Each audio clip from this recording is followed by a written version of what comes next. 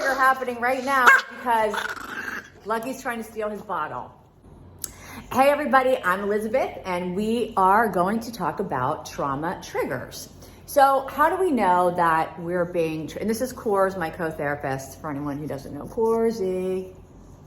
So how do we mitigate or lessen and handle our trauma triggers?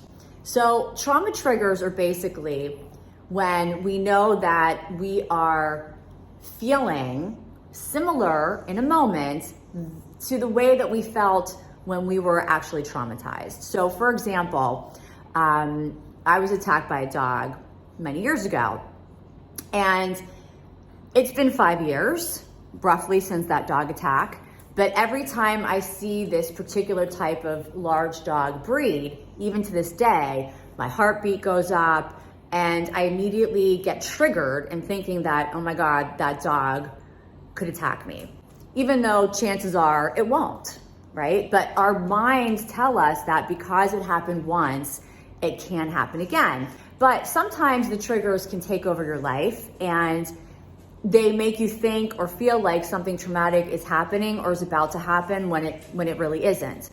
So going back to the dog attack example, when I see this particular breed of dog, I do, even 5 years later, get a little bit nervous. How do I know I'm nervous? Because my heart rate goes up. I sort of freeze in the moment. Time kind of stops, slows down, and I really focus on the threat. Even though that particular dog has not done anything to me, might not even be looking at me, might not even be in the same line of path that I'm walking on. But because it happened to me once and I was very traumatized, that trauma lingers. Okay, always identifying the trigger. How do I know I'm being triggered? So the question is, how do I deal with my trauma trigger? Well, step one is definitely being able to identify that trigger. So we know we're being triggered when we feel our heart rate go up, our muscles tense, and we really start to zero in and focus on this particular subject in front of us. Then we have to be able to stop, and this takes a lot of self-control, and ask ourselves, is this happening to me right now? So going back to the dog example, when I see this dog breed, I have to stop and say to myself, is this dog attacking me right now? Number two is breathe through that moment.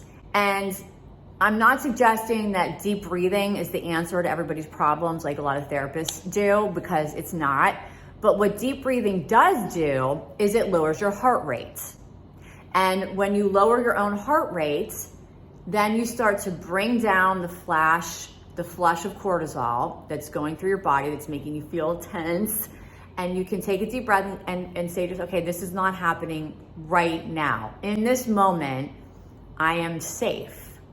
In this moment, I am safe. Right now, I am safe. And the goal when you're being triggered is just to make it through the next minute.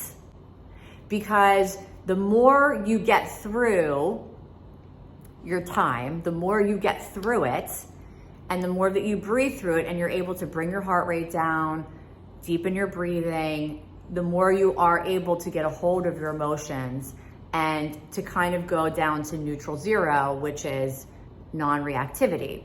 We all have trauma and we all want to release it. Nobody wants to live in a state of fear.